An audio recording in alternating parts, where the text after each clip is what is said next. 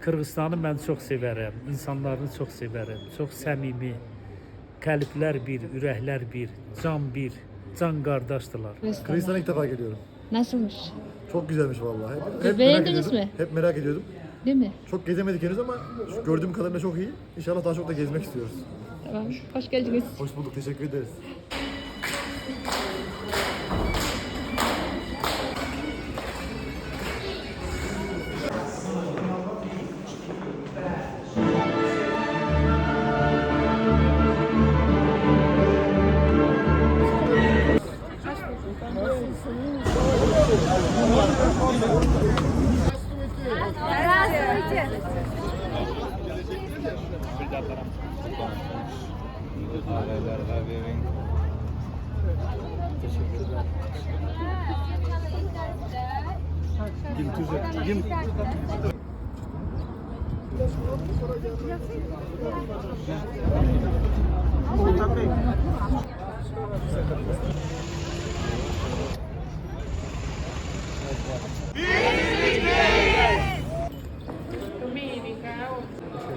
Hoş geldiniz.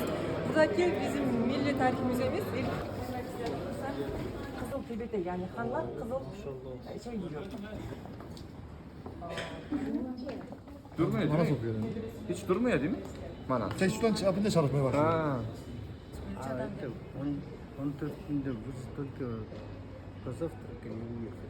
Бывший СССР он считался эталоном. Столица был город